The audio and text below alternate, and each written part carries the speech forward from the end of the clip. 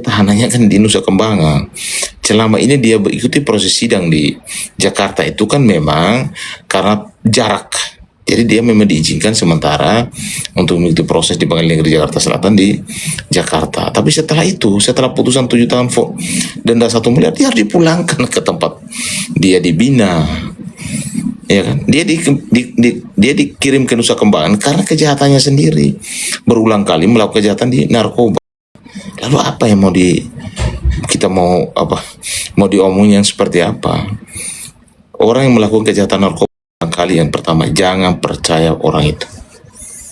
Jangan percaya dirinya saya, dia tidak percaya, apalagi orang lain. Omongannya saya 10, dia omong 11-nya salah. Jadi jangan percaya kepada orang narkoba, jangan. Dan yang saya sangat miris adalah lapas tempat pembinaan terhadap para penjahat malah dibuat tempat untuk partai narkoba. Ini yang saya minta kepada Dirjen Lapas, Menteri Imigrasi dan juga Lapas untuk segera menindak tegas oknum-oknum yang memfasilitasi itu. Bagaimana bisa tempat yang dimana tempat pembinaan para penjahat, tempat dimana orang paling aman di situ, tidak melakukan kejahatan karena pengawasan 24 jam, super maksimum pengamanan, justru bebas melakukan pesta-pesta yang melanggar hukum kan. Akhirnya kan mereka dipindahin, divonis cukup berat, sedangkan yang bersangkutan itu masih menjalankan hukum yang sebelumnya. Jadi bagaimana bisa kita percaya kepada orang yang berkali-kali melakukan tindakan narkoba di dalam lapas saja, di dalam tempat yang kita anggap supaya super maksimum pengamanan saja masih dijebol, apalagi dia dipindahkan ke masyarakat gitu loh. Jadi itu yang saya sarankan untuk supaya ditindak tegas para oknum ya, petugas lapas dan siapapun yang terlibat, apa dia pengedar atau siapapun, harus ditindak tegas karena ini menyangkut marwah, harga diri pada lembaga permasyarakatan lapas ya. Bagaimana ini pelecehan luar biasa terhadap lapas, makanya kita tidak bisa melihat dari sana, tapi coba perbaikan itu yang kita minta dan nantikan. Oke, dan kemarin juga sudah sampai malam nih dari Indosiar, dari beberapa TV nasional ya, Trans, mereka minta saya bahas tentang, ini kan lagi ada kasus artisnya lagi ramai ini, mungkin kalian bisa pantau ya, kasusnya Oki. Itu terkait dengan masalah waris. Perebutan waris ini sudah luar biasa ya. Bahkan ada anak yang diangkat di keluarga itu jadi penyebab perebutan waris. Bahkan anak yang tidak diangkat pun dia direkrut, diambil, dipungut sama orang-orang yang memiliki kemampuan ekonomi.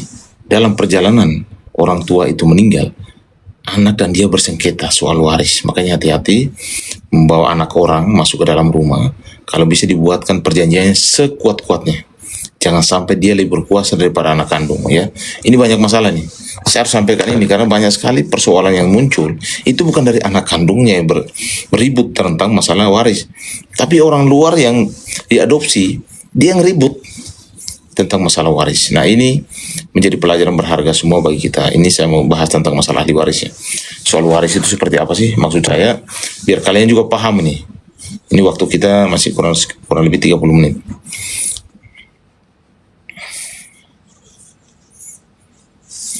Jadi saya perlu jelaskan bahwa kalau nanti dalam perjalanan ada perceraian, kita tidak menginginkan perceraian, tapi kalau misalnya ada perceraian dan pemisahan harta, ini harus dikuatkan dengan perjanjian di notaris. Walaupun sesama dulu pernah jadi suami istri, lalu sekarang jadi mantan. Karena yang menjadi masalah adalah suatu ketika itu jadi sengketa. Sengketa waris itu di mana-mana, ya. Dan yang menjadi korban adalah anak-anaknya sendiri. Contoh masalah rumah, pembagiannya seperti apa? Kan harusnya dengan itikat baik dua-duanya berbagi ya. Kasusnya Okin ini lagi ramai, Dan saat ini kemarin saya beberapa media nasional minta statement saya terkait dengan urusan pembagian harta. Dan sebenarnya mereka sudah mengurusnya ya. Kenapa? Sudah ada pembagian harta dan sudah disahkan oleh akta notaris. Sebenarnya itu sudah sah. Dan sebenarnya tidak ada lagi ya seorang mantan menagih lagi terkait dengan harta yang sudah dibagi dan secara sah di notaris. Itu nggak boleh. Karena itu juga saya mau sampaikan bahwa itu bukan hibah ataupun bukan kewajiban hukum ya. Kewajiban hukum untuk berbagi karena semuanya sudah dibagi. Semuanya sudah dibagi. Dan sebenarnya semuanya ada dasar hukumnya. Yang pertama Undang-Undang Nomor 1 Tahun 1974 tentang Undang Perkawinan ya. Itu sangat jelas tertulis bahwa harta bersama itu adalah harta yang diperoleh selama dalam perkawinan.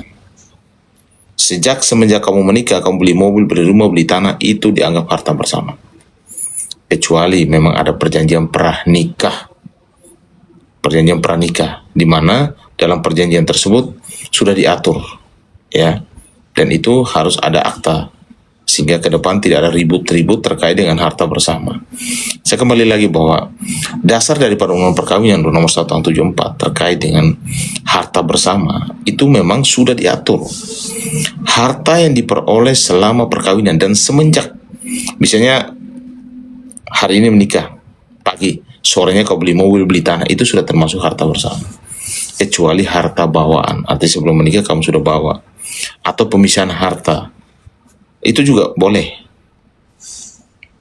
Jadi ada namanya harta bersama, ada namanya harta pribadi, ya. Itu adalah harta bawaan atau harta warisan dari hibah atau harta yang dibawa, yang sudah dibawa sebelum itu, dan mutlak pemilikannya jelas ya, sudah diatur segalanya. Ya, dalam Undang-Undang Perkawinan sudah jelas, bahkan dalam KUH Perdata juga sudah diatur semuanya, sehingga tidak lagi kita ribut soal masalah itu karena sudah diatur. Nah, lalu bagaimana?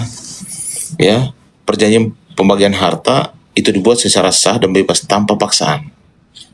Bersifat apa? Mengikat dan mutlak, tidak bisa lagi kamu ganggu gugat dan tidak bisa dibatalkan sepihak. Kau sudah buat janji, kau sudah tanda tangan semuanya, ada saksi, lalu ada dokumennya, lalu dibuatkan, ditingkatkan menjadi akta.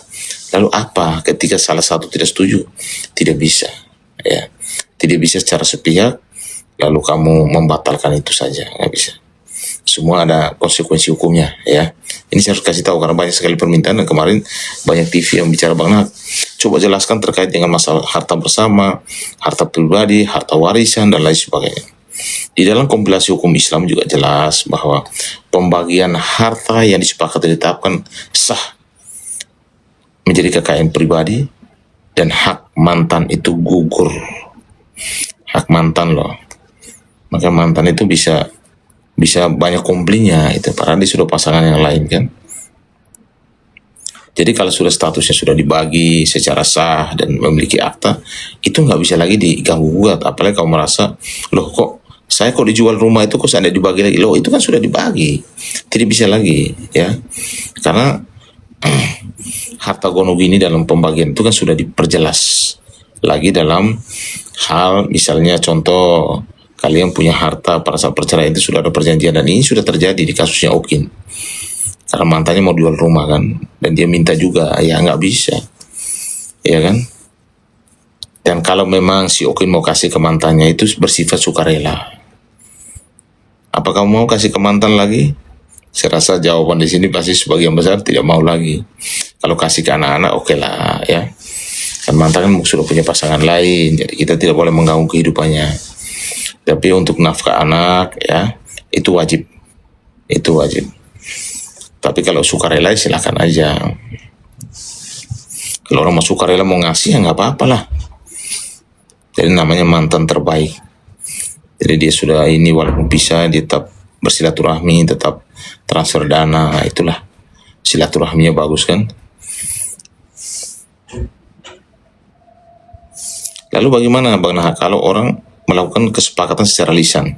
Secara lisan itu juga sah, selama harus bisa dibuktikan di situ, misalnya kamu merekod atau misalnya ada saksi yang ada di situ, itu juga sah, ya. Dan saya sampaikan bahwa perjanjian selama lisan itu pun adalah perjanjiannya sah jika ada persetujuan cakap, objek pasti dan halal. Jadi perjanjian itu harus halal. Contohnya kau berjanji soal jual beli narkoboi, itu perjanjian yang tidak halal. Ya, pembagian uang korupsi perjanjiannya itu sebab yang tidak halal. Maka tetap juga perjanjian itu adalah harus melihat sebab yang tidak, ya sebab yang halal. Yang pasti udah objeknya dan cakap. Tidak bisa kita buat perjanjian dengan anak di bawah umur karena dianggap belum cakep. Ya. Tapi kalau anak di bawah sudah menikah, itu dianggap sudah cakep. Jadi hukum itu harus kalian paham ya, supaya jangan sampai nanti salah melihat, loh dia kan masih di bawah umur. Dia kan masih 17 tahun, dia sudah menikah, dia sudah punya anak, sudah cakep. Undang-undang menyatakan dia cakep. Tapi kalau dia belum menikah, dianggap belum cakep. Cakep hukum, dan dia tidak boleh melakukan perjanjian apapun, harus diwakili oleh keluarganya. Sehat selalu Bapak, salam dari Grip Jaya Indramayu. Grip Jaya, Jaya, Jaya. Mantap.